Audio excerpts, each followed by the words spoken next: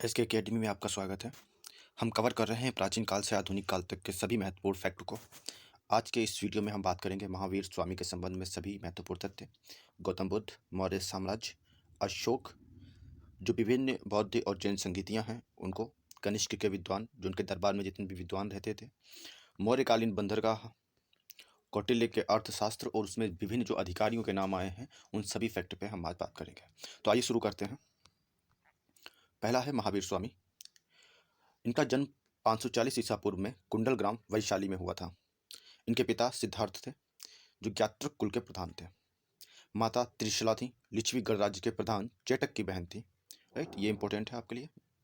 पत्नी यशोदा कुंडिन्य गोत्र की कन्या थी और पुत्री जो थी उनका नाम था प्रियदर्शना या अनुज्ञा। इनका दामाद था जामाली जो इनका पहला शिष्य बना था, तो ये भी इंपॉर्टेंट है। मृत्यु इनकी हुई थी 468 ईसा पूर्व में पावापुरी जो कि नालंदा में है, राजा हस्तिपाल के यहाँ पे। तो उस समय राजा जो थे वो थे हस्तिपाल, कहाँ के, पावापुरी के। राइट, अब हम बात कर लेते हैं 24 तीर्थंकरों की।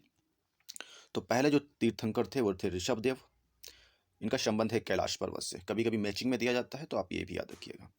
दूसरे हैं अजीतनाथ, शंभवनाथ, अभिनंदन, सुमतिनाथ, पदम प्रभु, सुपार्श्वनाथ, चंद्र प्रभु, सुविधिनाथ, शीतलनाथ, श्रेयंसनाथ, वासुमूल, विमलनाथ, अनंतनाथ, धर्मनाथ, शांतिनाथ, कुंथुनाथ, अरनाथ, मल्लीनाथ। राइट, तो मल्लीनाथ जो है। और उसके बाद 20वें हैं मुनि सुब्रत, नेमिनाथ और अरिष्टनेमी। और 23वें हैं पार्श्वनाथ, काफ़ी इंपॉर्टेंट है, जिनका संबंध है सम्मेद पर्वत से। और 24वें हैं महावीर स्वामी। तो 23वें, 24वें और इन सब जो आपके इंपॉर्टेंट है वो याद रखिएगा। ये नेमिनाथ, मल्लीनाथ, शंभवनाथ, सुपार्श्वनाथ, ऋषभदेव, राइट, अजीतनाथ, इन सबको आप माइंड में रखिएगा। नेक्स्ट देखते हैं जैन संगीतियाँ। दो ही जैन संगीतियाँ हुई हैं। प्रथम हुई थी 322 से 268 ईसा पूर्व में। और कहाँ हुई थी? तो पाटलिपुत्र में हुई थी। राइट, उस समय इसके अध्यक्ष कौन थे? तो वे थे स्थूलभद्र। और यहाँ पर 11 अंगों का संकलन किया गया था। ये जैन साहित्य हैं। राइट, तो 11 अंगों का संकलन किया गया था प्रथम संगीति में। द्वितीय संगीति जो हुई थी 512 ईस्वी में हुई थी और ये वल्लभी में हुई थी। दोनों आप याद रखिएगा, पहली पाटलिपुत्र और दूसरी वल्लभी। अध्यक्ष थे देवार्ती क्षमा श्रवण। कुल 11 अंगों को लिपिबद्ध किया गया था। राइट, तो यहाँ पे संकलन किया गया है और यहाँ पे लिपिबद्ध किया गया, तो दोनों शब्दों को आप अच्छे से याद रखिएगा।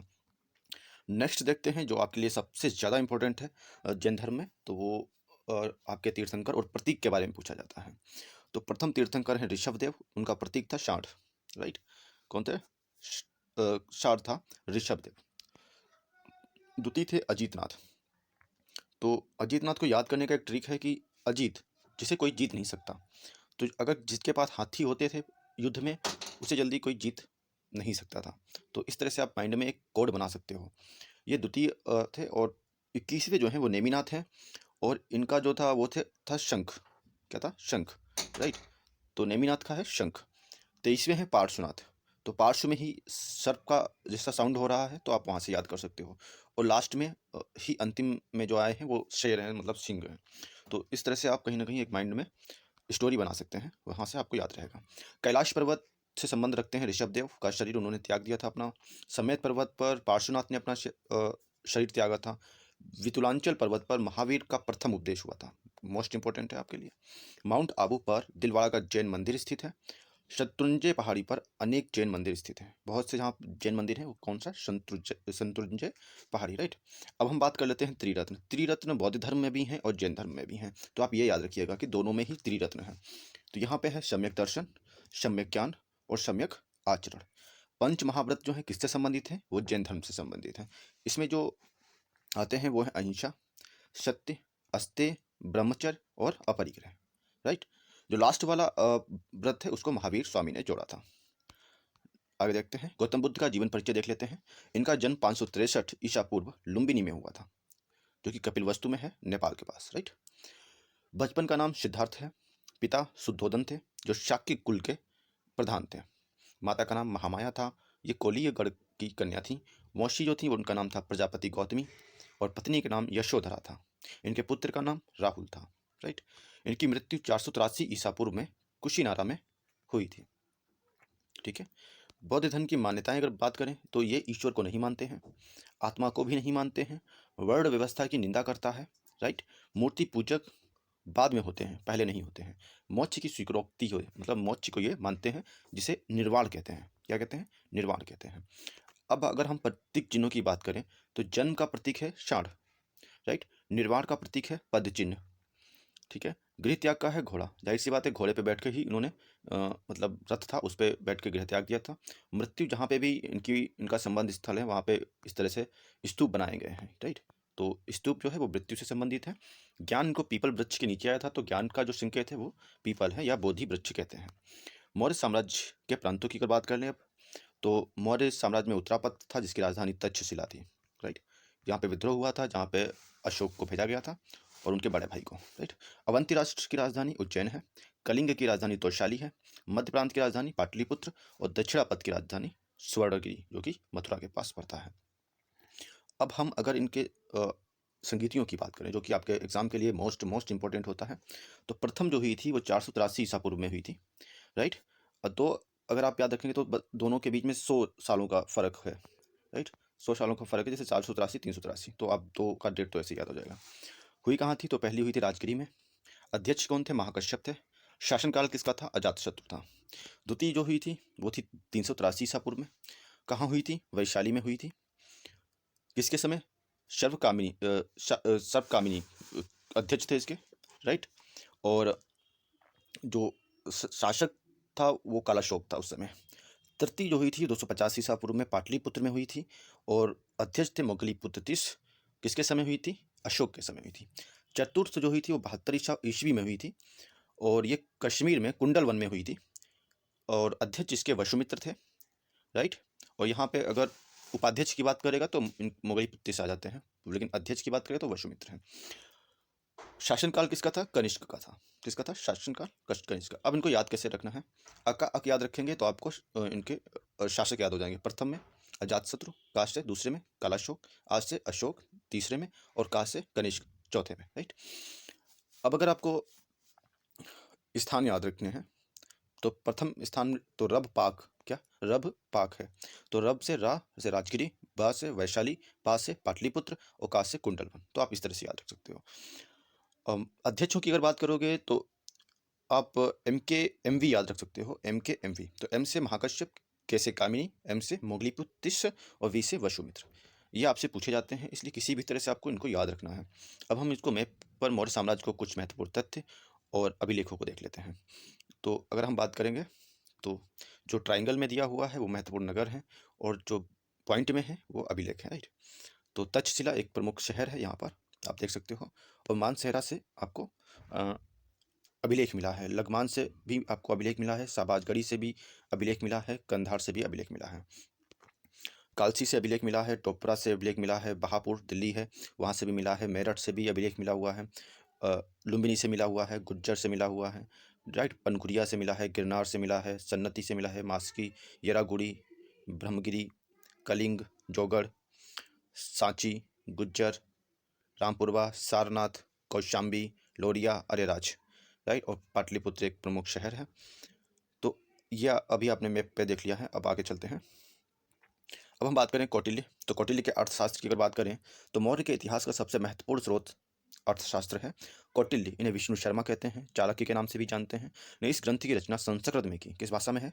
संस्कृत में है। चाणक्य तक्षशिला के शिक्षा केंद्र में अध्यापक का कार्य करते थे। कहाँ कार्य करते थे? तक्षशिला में ये एज ए टीचर काम करते थे।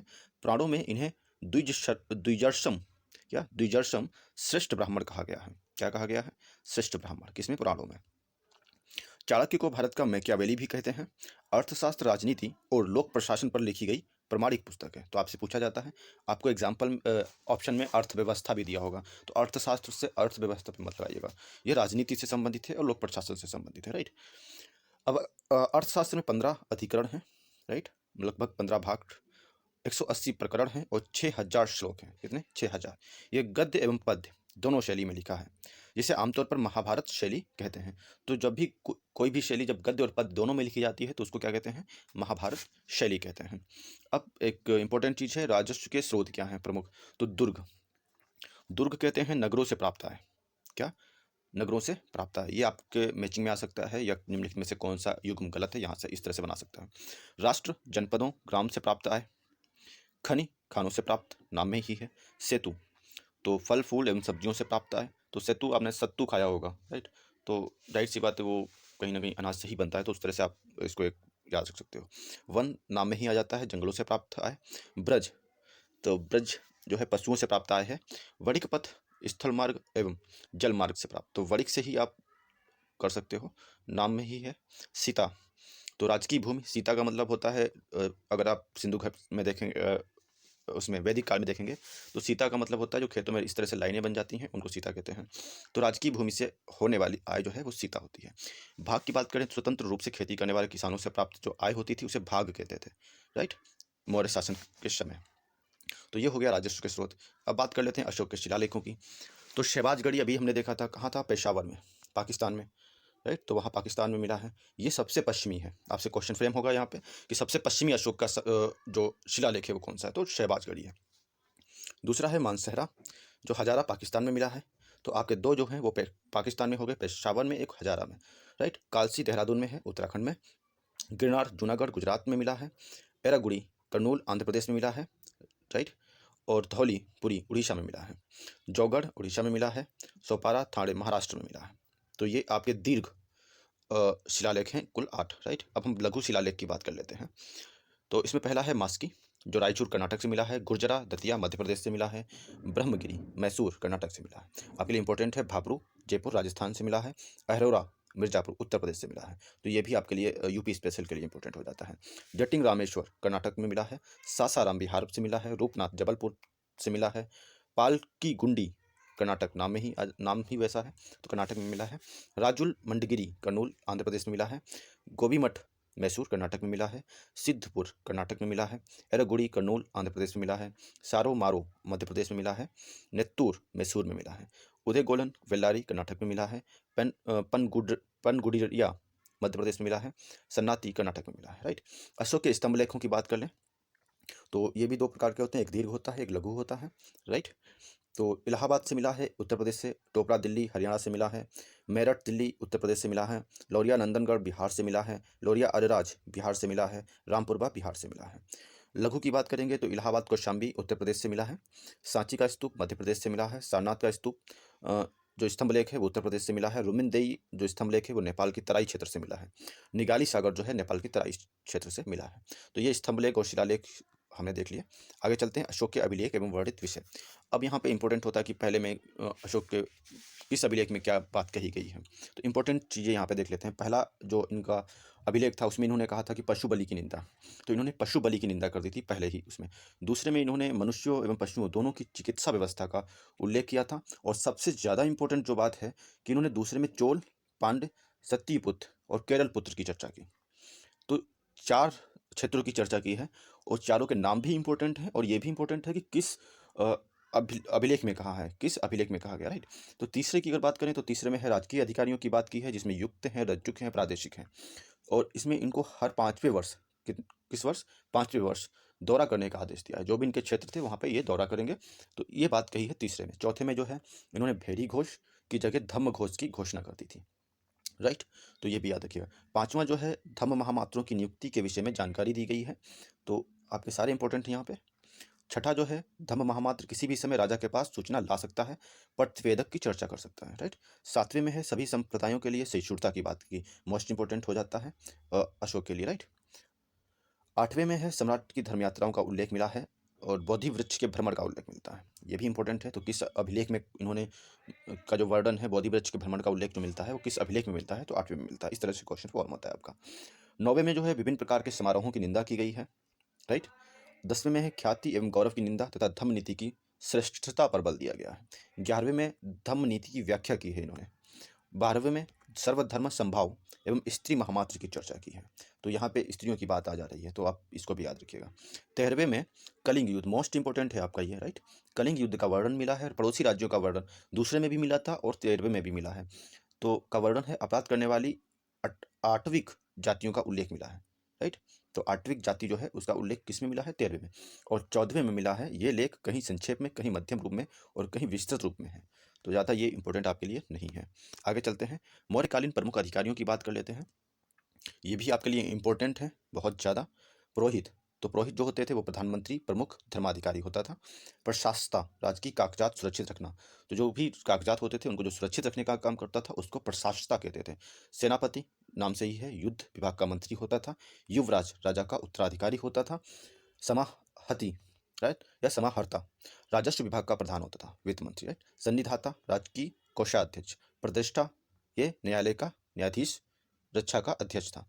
ये कौन सी, फौजदारी न्यायालय, राइट। कर्मांतिक, उद्योग एवं कारखानों का अध्यक्ष।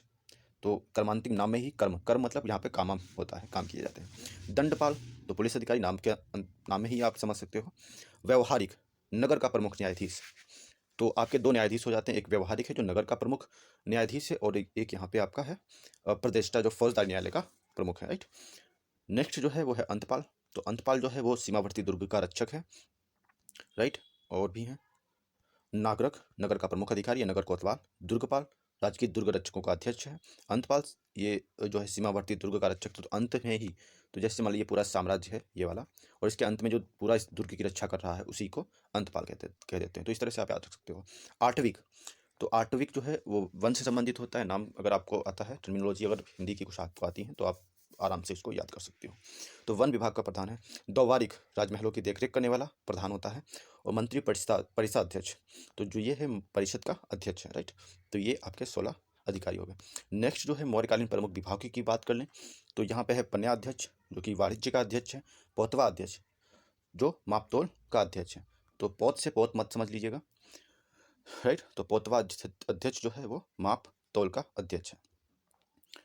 पन्निक से अगर आप याद करें तो मुद्रा होती थी पन्नी, तो उसी से आप याद रख सकते हो। सुराध्यक्ष, नाम में ही है, शराब और मंदिर का अध्यक्ष, मदिरा का अध्यक्ष, सॉरी। सुना अध्यक्ष, बूचड़ खाना। तो इस तरह से इसको याद, बूचड़ खाने जहाँ पे जानवरों को काटा जाता है, तो जब उनका सर कट जाता है तो वो शून्य स्थिति में चले जाते हैं, मतलब मृत्यु हो जाती है उनकी। तो इस तरह से याद कर सकते हो। आकरा अध्यक्ष, तो ये खानों का अध्यक्ष है, जो खान होती थी वहाँ का जो अध्यक्ष होता था उसको आकरा अध्यक्ष। सीता अध्यक्ष, कृषि विभाग का अध्यक्ष, जैसा कि मैंने अभी बताया हुआ है। सीता का मतलब होता है, अगर वैदिक काल में देखेंगे तो अब जो खेत में इस तरह से लकीरें बन जाती थी उन्हीं को सीता कहते थे। कुप्याध्यक्ष, तो नाम में ही है, कुप मतलब होता है कुप्याध्यक्ष मतलब वन तथा उसकी संपदा का अध्यक्ष, राइट। तो आप इसको याद रखिए। सूत्राध्यक्ष, तो सूत मतलब होता है कताई बुनाई, तो इस तरह से आप याद कर सकते हो, कताई बुनाई विभाग का अध्यक्ष। लोहा अध्यक्ष, तो नाम में ही है, लोहा तो धातु हो जाता है, धातु विभाग का अध्यक्ष। लक्षणाध्यक्ष, टकसाल का अध्यक्ष। मुद्रा, तो यहाँ पे आप थोड़ा सा याद रखिएगा, मुद्रा मतलब वो मुद्रा नहीं है, पासपोर्ट से संबंधित है, राइट। नवाध्यक्ष, तो नाव से यहाँ पे नाव जैसा एक शब्द आएगा, नवाध्यक्ष, तो जहाजरानी विभाग का अध्यक्ष हो जाता है। विविता अध्यक्ष, तो अगर अपने ज्योग्राफी पढ़ी तो वितान पढ़े होंगे, तो वितान मतलब होते हैं जंगलों में जो ऊपर का वो पूरा पार्ट होता है उसे वितान कहते हैं। चारागाह का अध्यक्ष हो जाता है ये। समस्था अध्यक्ष, बाजार का अध्यक्ष हो जाता है। लवड़ा अध्यक्ष, तो लवड़ में होता है नमक, तो नमक विभाग का अध्यक्ष हो जाता है। शुल्काध्यक्ष जो है चुंगी एवं शुल्क विभाग का अध्यक्ष हो जाता है, तो नाम में ही है। देवता अध्यक्ष, देवता से आ जाता है, तो धार्मिक संस्थान का अध्यक्ष, राइट। नेक्स्ट है मौर्यकालीन शब्दावली। अब ये भी आपके लिए बहुत इंपॉर्टेंट है। जैसे जट्ठक क्या होता है, तो जो शिल्पी संघ का मुखिया होते हैं उसे जट्ठक कहते हैं। भोगागम, जट्ठक के निर्वाह के लिए राजा की ओर से मिलने वाला गांव का राजस्व जो होता था उसे भोगागम कहते थे, राइट। मतलब जो शिल्प संघ का मुखिया के निर्वाह के लिए राजा की ओर से जो गांव का राजस्व मिलता था उसे, तो उसे भोगागम। गृहपति भूस्वामी होता था। कर्षापर, चांदी एवं तांबे का एक टुकड़ा या मुद्राबाद भी होती है, बट ये जो चांदी और तांबे का टुकड़ा होता था उसे कर्षापर कहते थे। अदेव मात्रक, काफ़ी इंपॉर्टेंट है आपके लिए, ये याद रखिएगा। बिना वर्षा ही अच्छी खेती जिस भूमि पे होती थी उसे ही अदेव मात्रक कहते थे, राइट। सीता, सरकारी जमीन होती थी। विष्टि, निःशुल्क श्रम बेगार जो करते थे उन्हें विष्टि कहते थे। बलि, एक प्रकार का धार्मिक या चढ़ावा था, कर था या चढ़ावा था, राइट। मतलब राजा को जो दिया जाता था उसी को बलि कहते थे। भाग, भूमि कर में राजा का हिस्सा होता था, राइट। क्षत्रक, भूमि का मालिक होता था। उपवास, जमीन पर खेती करने वाला काश्तकार होता था। हिरण्य, नकद लिया जाने वाला कर। तो ये आपके लिए काफ़ी इंपॉर्टेंट है, ठीक है। उपवास भी याद रखिएगा। वार्ता, ये भी आपके लिए बहुत इंपॉर्टेंट है। कृषि, पशुपालन, वाणिज्य के लिए संयुक्त रूप से जो प्रयुक्त शब्द होता था उसे वार्ता कहते थे, राइट। तीर्थ, अर्थशास्त्र के अनुसार शीर्षस्थ अधिकारी या विभागाध्यक्ष, तो जो शीर्षस्थ विभाग का जो भी सबसे उच्च अधिकारी होता था उसे तीर्थ कहते थे, राइट।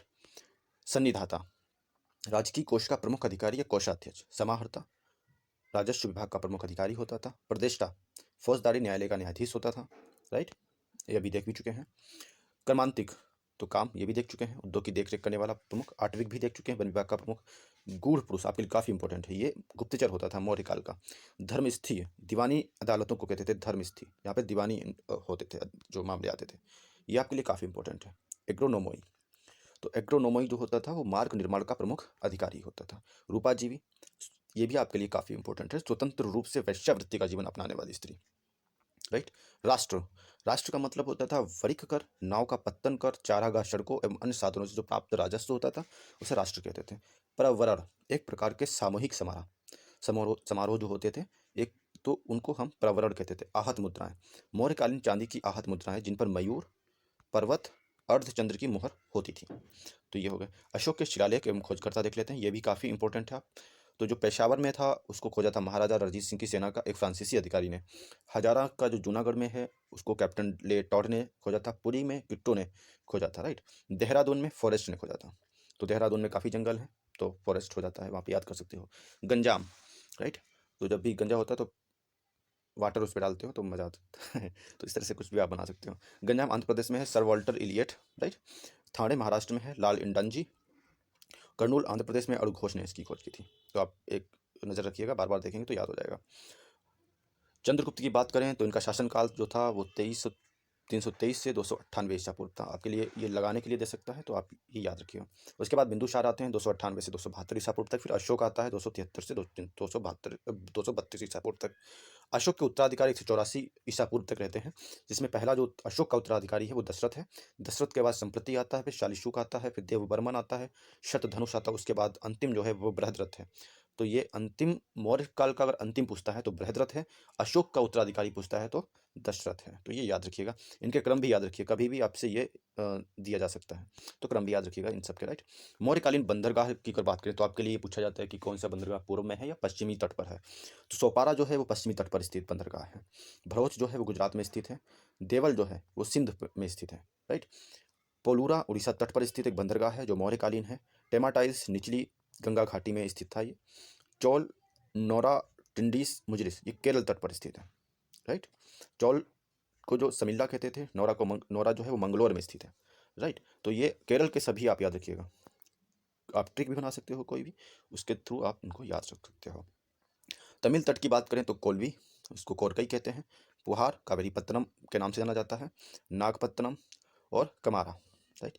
तो ये जो बंदरगाह थे वो सभी आपके तमिल तट पर स्थित थे। मसूलीपत्तनम की बात करें, अगर आंध्र प्रदेश तट की बात करें तो उसमें मसूलीपत्तनम, कॉन्डोक, साइला और निट्रिंग, ये आंध्र प्रदेश तट पर स्थित बंदरगाह है मौर्यकालीन। तो आप इन सबको याद रखिए, कहीं से भी क्वेश्चन बनाया जा सकता है। अब सबसे ज़्यादा इंपॉर्टेंट ये है कि भारत आए विदेशी आक्रमणकारी जो हैं उनके बारे में जान लेते हैं। तो बैक्टीरियन से जो आया था उसका भारतीय नाम था बैक्टीरियन का यवन। और पार्थियन जो आए थे उनका भारतीय नाम हो गया था पहलव। सीथियन जो आए थे उनका भारतीय नाम हो गया था शक।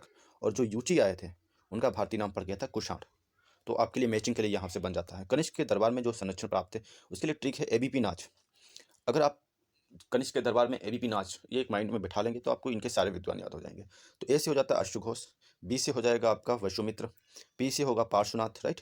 ना से होगा नागार्जुन और चा से होगा चरक। तो ये सारे विद्वान आप इस तरह से याद रख सकते हो। नेक्स्ट है मौर्यकालीन प्रांत, ये हम देख चुके हैं।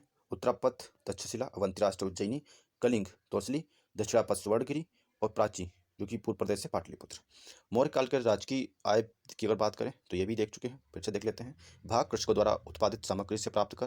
राइट। प्रवेश आयात कर 20% तक लगता था। निष्काम्य, तो निष्काम्य मतलब निष्कासन, तो जो देश से बाहर जाएगा उसी को तो निष्कासन कहेंगे, तो वो हो जाता था निर्यात। और प्रवेश, जो प्रवेश एंटर कर रहा है तो आयात कर। तो बहुत आसान है, याद कर सकते हो अगर आप लॉजिकल सोचते हो थोड़ा सा। तो प्रणय की बात करें तो आपातकालीन, तो प्रणय आता है तो आपात आता है, तो उस तरह से याद रख सकते हो। बलि एक प्रकार का भूराजस्व था। हिरण्य, ये अनाज के रूप में ना देकर नकद लिया जाता था। तो जो नकद रूप में कर लिया जाता था उसे हिरण्य कहते थे। राइट। परिहारिक, वैसे गांव जो कर से मुक्त थे तो उन्हें क्या कहते थे? परिहारिक। जो जो कर नहीं देते थे उन्हें परिहारिक कहते थे। तो सारी आप टर्मिनोलॉजी यहाँ पे जितने भी इंपॉर्टेंट फैक्ट हैं वो मैंने कवर किए हैं, और आप इनको बार बार देखते रहेंगे तो आपको एग्जाम में यहाँ से क्वेश्चन गलत नहीं होगा। और मुझे लगता है कि अगर आपको यूपीएससी आरओ या यूपीएससी में इनको स्कोर करना है तो कम से कम यहाँ से तो क्वेश्चन गलत नहीं होने चाहिए। आज के लिए इतना ही। Thank you so much.